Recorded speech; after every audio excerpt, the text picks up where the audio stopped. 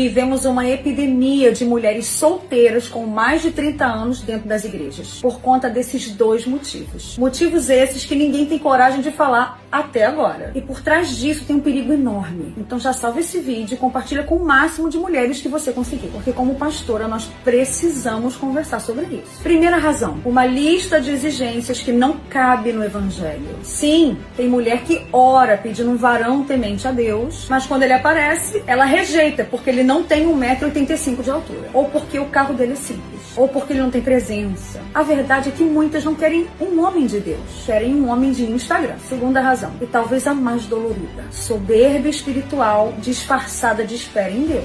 Tem mulher que diz assim, não aceito menos do que eu mereço, mas o que ela chama de padrão, Deus chama de orgulho. Ela se recusa a ceder a ouvir conselhos e a se submeter a processos. E com o tempo, a espera se transforma em isolamento. E sabe no que o isolamento se transforma? Em amargura. Sabe qual o maior perigo disso tudo? É que isso mina a autoridade espiritual para ministrar. Porque uma mulher que está presa na vaidade emocional e na soberba espiritual perde a liberdade de ser canal de Deus para outras mulheres. Ela ora, prega e canta, mas por dentro está carregando culpa, dúvida e silêncio. Isso bloqueia não só relacionamentos, bloqueia também o fluir do Espírito. Eu sou a pastora Dani Fraguito e a minha missão aqui é ajudar o máximo de mulheres possíveis a se tornar a mulher que Deus deseja. Posicionadas, firmadas em propósitos e É bem interessante nessa dinâmica, onde tu tem aí o meio que é mudado, então, através dos seus agentes. E aí tu tens, então, dentro das igrejas, no caso, voltando aqui para essa questão, né, argumentos que podem ser utilizados aí no sentido de não casar, dentro de uma cosmovisão, obviamente, bíblico-cristã, aí, que poderiam ser usados, então, para se defender, tá, dessa pressão social, eclesiástica também, em torno dessa ideia de, tipo, tu ter que constituir família, tu ter que arcar com responsabilidade A, B, C, D, entendeu? Tu ter que se submeter, né, a um tipo de casamento, de relacionamento que estão debaixo de leis estatais, quando na verdade as leis bíblicas, né, vão para outra direção totalmente diferente, os princípios bíblicos vão para uma outra direção. E aí tu vê dentro das igrejas uma série de contradições, entendeu? Ao mesmo tempo que os caras falam que é para guardar os 10 mandamentos, eles falam que é para tu creres na Trindade, tu guardar o domingo, né, que é totalmente contra a lei, entende? Falam que é para adorar um único Deus, mas eles adoram um Deus em três e três em um. Falam que é para tu casares, né, ter família e filhos. Só que quando tu vai ver a maioria que prega castidade, tipo, fez tudo errado na vida deles. Então, assim, uma série de coisas contraditórias. Não só essas também, né, como essa questão de tu venderes um casamento travestido de Bíblia, né, mas o cara depois é chamado a uma vara de família, então resolvendo a coisa na justiça aqui no Brasil. Aí é bem curioso, né? Mas aí tu vê que, tipo, a Bíblia, beleza, ela valoriza, promove o casamento, uma instituição sagrada, divinamente ordenada, ok, entendeu? Só que tu tem dentro da Bíblia uma outra direção que Deus apontou, porque viu que nos últimos dias alguns precisariam disso, entendeu? E aí tu tens argumentos a favor da solteirice, essa opção de não se casar, que não só é vista como um elemento assim, extremamente válido, honroso, mas até mesmo vantajoso, entendeu? Porque aí vai mexer na própria percepção ali da pessoa acerca de si. Aí ela vai ver que é importante notar nessa questão, então, dessa outra perspectiva, que obviamente não vai ser pregada no púlpito, porque senão aí você acaba com os caras que estão lá dentro, né? Então, é bem interessante, né, a forma como as coisas vão acontecendo.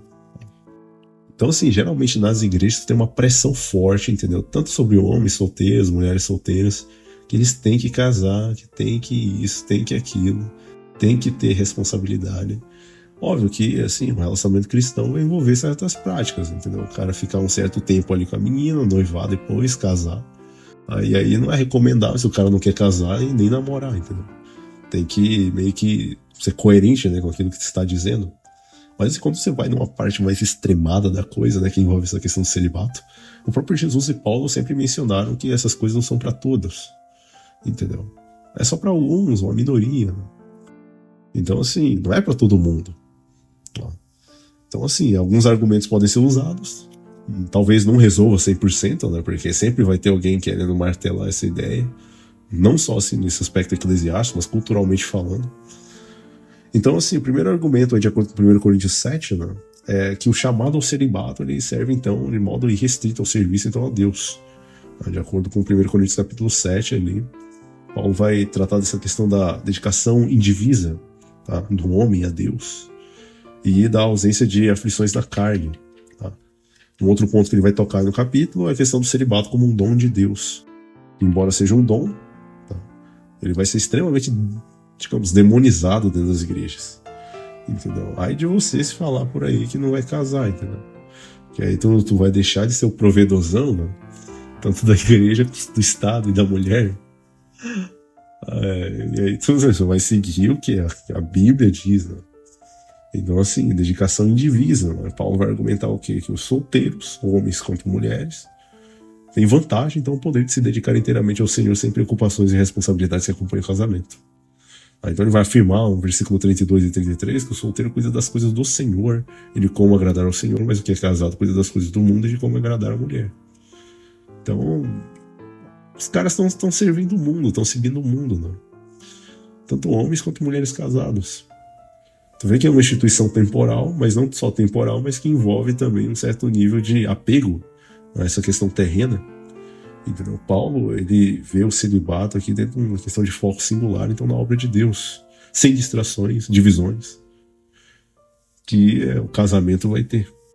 Eu lembro que teve uma vez que eu li aquele livro Lar Adventista, e também um outro chamado Orientação da Criança, eu li todos os dois, né, que eram extremamente grossos lá. E aí viu o que Deus cobrava, o que o casamento deveria ser, o que o relacionamento deveria ser, o que o lar cristão deveria ser. E assim, tu pega e circula, né, o tanto de conjugação verbal ali de deve, deveria, né? E assim, tu chega à conclusão de que se deve é porque não é. Entendeu? O que é pintado ali é o que deveria ser, que é contrário à prática existente. Entende? E assim, na maioria esmagadora dos casos. Então assim, aí a solteirice é vista então como uma questão de grande vantagem. O cara não tá perdendo nada. E pelo contrário, ele está ganhando. Então assim, uma questão então de foco nessa ideia. Tá? Paulo ele vai argumentar então dessa dedicação indivisa. Portanto, o crente ali que vive solteiro, ele pode se dedicar a Deus de maneira indivisa, ou seja, ele não vai ter preocupações ou então coisas ali que possam dividir a atenção dele. Tá? Paulo também vai enfocar um pouco na ausência de aflições da carne. Porque o cara que é solteiro ali não vai ter algum tipo de pecados que um cara casado poderia ter. Entende? Não vai ser tentado a ficar adulterando, não vai ficar sendo tentado de certa forma sim, tem incontinência, né, durante a vida conjugal. E fora uma série de dificuldades ali, né, que ele vai ter, né, e que a mulher vai criar para ele também. E boa sorte nesse crescimento, o nível de maturidade, né, que tem que ter. Quando na verdade você pode queimar etapas, entendeu? E já ir direto, ao invés de pular para um segundo degrau, você pula para um sexto direto. Entendeu? Então, assim, Paulo ele reconhece que o celibato ele não é para todos, tá? Mas só que tu tens essa ausência de aflições na carne. Então, assim, problemas, tá? Olha lá, 1 Coríntios 7, 28, né? Paulo menciona que ao se casar as pessoas elas têm aflições na carne. E Paulo queria poupar os crentes disso, dentro de um contexto, obviamente, de perseguição. Então, assim, tu vê que problemas espirituais, problemas morais, tudo aí, dificuldades no casamento, preocupações, desafios, uma vida conjugal muitas vezes caótica, turbulenta, né? Tudo isso daí são problemas que as pessoas elas escolhem para si, mas que ao permanecer solteiro, o indivíduo pode evitar esses problemas, essas aflições, e liberando não só tempo, mas energia mental, nesse sentido de desenvolver então, o ministério e a devoção dele. Então, assim, é um dom de Deus, né? A questão do celibato. Paulo reconhece que o celibato não é para todos. Não é para todos. Né? Cada um tem de Deus o próprio dom, de acordo com 1 Coríntios 7, 7. Uns de um jeito, outros do outro. Entendeu? Então, Paulo reconhece isso. Tá? Nas igrejas aí tem uma série de apelos, tá? Para os caras estarem construindo relacionamentos, estarem casando, né? Principalmente com essas cobranças, né, que eles fazem. Tu tem que ser um provedor. Entendeu? E se tu não tiver dinheiro, entende? Tu tem que ficar sem, tu tem que fazer isso, fazer aquilo. Já dá pra entrar no modo avião já nesse sentido. Mas tu não tem ênfase e prioridade pra Deus. Tu tem que ficar ali se rebolando no relacionamento que muitas vezes não vai gerar nada. E muitos casais aí vão se perder por causa disso. Porque, inclusive a Ellen White fala nos livros dela, Que quando Satanás une duas pessoas que são contrárias à vontade de Deus, ele inutiliza as duas para o serviço missionário da igreja. E se a pessoa tiver filhos ainda, ótimo, é 3 de uma vez só. Que vão ser cooptados pelas forças das trevas. E vai fazer o quê? Não tem nem como tentar entrar nessa casa, nessa família, tentar fazer alguma coisa. Só Jesus na causa, literalmente. Entendeu? Geralmente aqui, a Bíblia ela vai focar o quê? Na imitação de Cristo e de Paulo. Como exemplos pessoais de pessoas que viveram ali e consideraram. Então, assim, se os caras vierem de fato aí fazer pressão, não é só falar, o celibato é um dom de Deus. Se tu quer casar, casa você. Entendeu? Se fosse um negócio tão bom assim, eles não estariam recomendando, né? Então, é pra tu ver o nível da coisa. Entendeu? Então, assim, Paulo ele deixa claro, a questão do celibato é um dom de Deus. Você está indo contra os dons que estão sendo dados. Então, assim, Paulo viveu uma vida de solteiro da mesma forma, não só Paulo, mas Cristo também. Permaneceu solteiro, foram exemplos de serviço, exemplos também nessa questão da eficácia ministerial. Tá? A vida de Jesus mesmo é um exemplo supremo de dedicação total a Deus e ao seu reino. E assim, totalmente longe de responsabilidade de um casamento, então de elementos terrenos. Tá? O próprio ministério de Jesus foi caracterizado por uma modalidade constante, um foco ininterrupto na missão.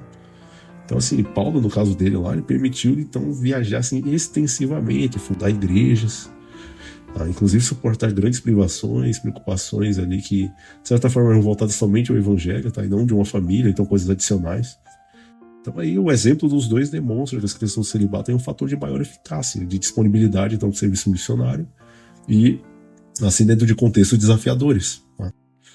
Essa questão do celibato vai envolver também o reino de Deus, a realidade futura. Então é um ponto fundamental nesse sentido de que Jesus aborda então a questão do casamento dentro de um contexto que invoca esse ponto aí da pessoa não colocar a mão no arado e olhar para trás, ela ter uma disponibilidade ali então para fazer, né, as coisas do reino de Deus. Tá? Uma vez perguntaram para Jesus, olha, se uma mulher for, tiver um marido, aí 2 maridos, aí o outro morrer, aí vai. Tu vê que é sempre nesse sentido, né, dos caras irem morrendo, né? E aí tu pega hoje uma mãe solteira, ou então alguma mulher aí da vida, ou então alguma outra aí dentro da igreja que rodou o carrossel a rodo. E aí é como se o saduceu estivesse perguntando para Jesus, e aí na ressurreição, quem que vai desposar esse daí, essa mulher aí? Entendeu? O primeiro, o segundo, o 30º, entendeu? O número 400, número 1000. Quem que vai ser, né, o Felizardo, né, no céu da ressurreição? Aí Jesus já cortou, né? Dos 22:30. Na ressurreição nem se casa nem se dão em casamento, são porém como os anjos de Deus no céu. E ele atrela isso à questão da imortalidade. E aqui é que prova que o casamento é uma instituição puramente terrena. É muito diferente do sábado, que está dentro da lei de Deus. Entendeu? Embora as duas instituições tenham sido criadas na criação, né, do mundo e tal, mas o sábado está dentro da lei de Deus. Isso daí não tem como mudar, mas o casamento ele é temporal. Ele é pertinente apenas a essa vida terrena. E muitos, para alcançar o céu, vão ter que se livrar dos seus casamentos, porque são empecilhos para o desenvolvimento espiritual deles. Entendeu? Isso daí vai acontecer. Entendeu? Aquele que não larga pai, mãe, mulher, filhos, né, em prol de mim, não é digno de mim. Entendeu? Então, assim, chegar num ponto desse, um ponto de perseguição no nível caótico, onde a pessoa vai ter que escolher ou Deus ou então as coisas terrenas, aí é um nível extremamente alto aí de força espiritual que a pessoa vai ter para escolher e se posicionar do lado certo. Entendeu? Agora, fora dessas ideias aqui, o cara tá totalmente preso dentro do sistema e sofrendo as consequências de problemas sistêmicos, tentando mudar coisas que são impossíveis, porque não depende só da vontade dele. Tá? E aí, no caso, tem esse reforço, né? Mateus 22:30, dessa ideia do celibato.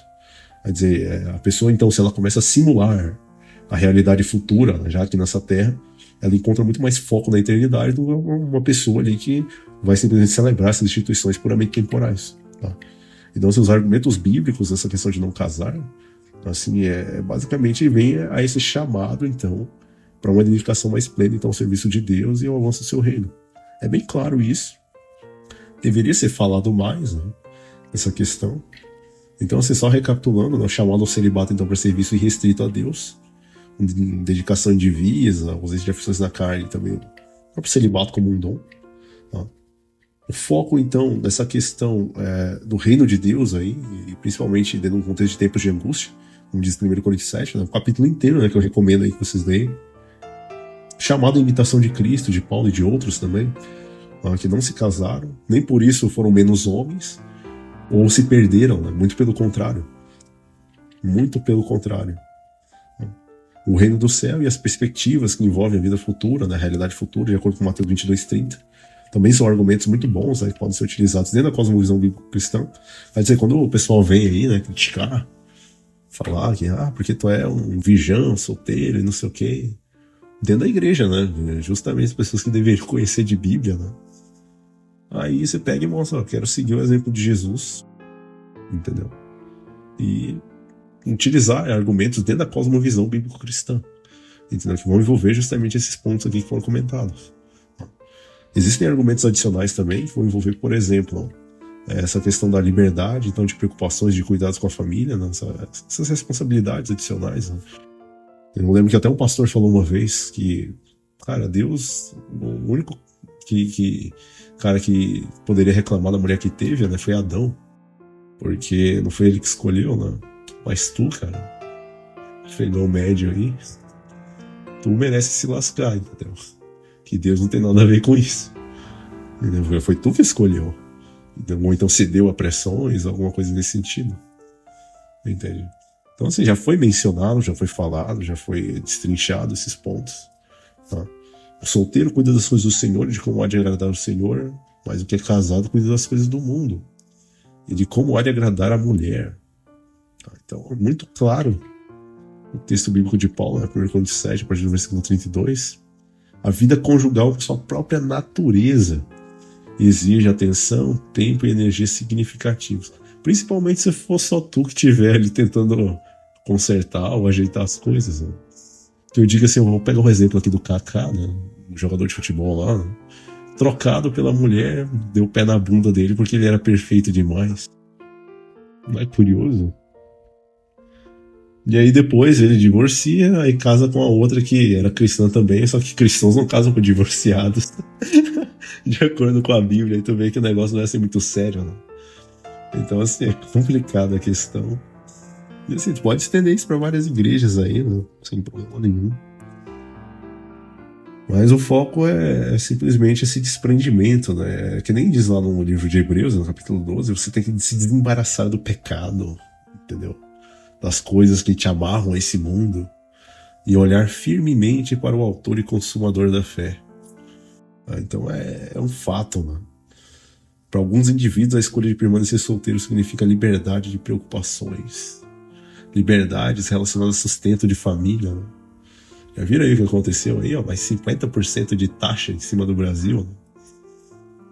E você acha que Trump e Lula é que vão sair prejudicados? Negativo. Entendeu? Questão de educação de filhos. Tá? Dinâmicas do relacionamento conjugal. Problemas, inflexibilidade, sacrifícios pessoais. Né? Tudo isso aí pode ser algo opcional na vida do cara. Tá? Mas aí tu tens então a solteirice como sendo então um elemento de maior santidade ou busca de piedade, de acordo com 1 Coríntios 7:34. Então assim, é impressionante a forma como a Bíblia ela apresenta dessas coisas, porque aí tu consegue ter uma visão clara sobre o que tu queres fazer.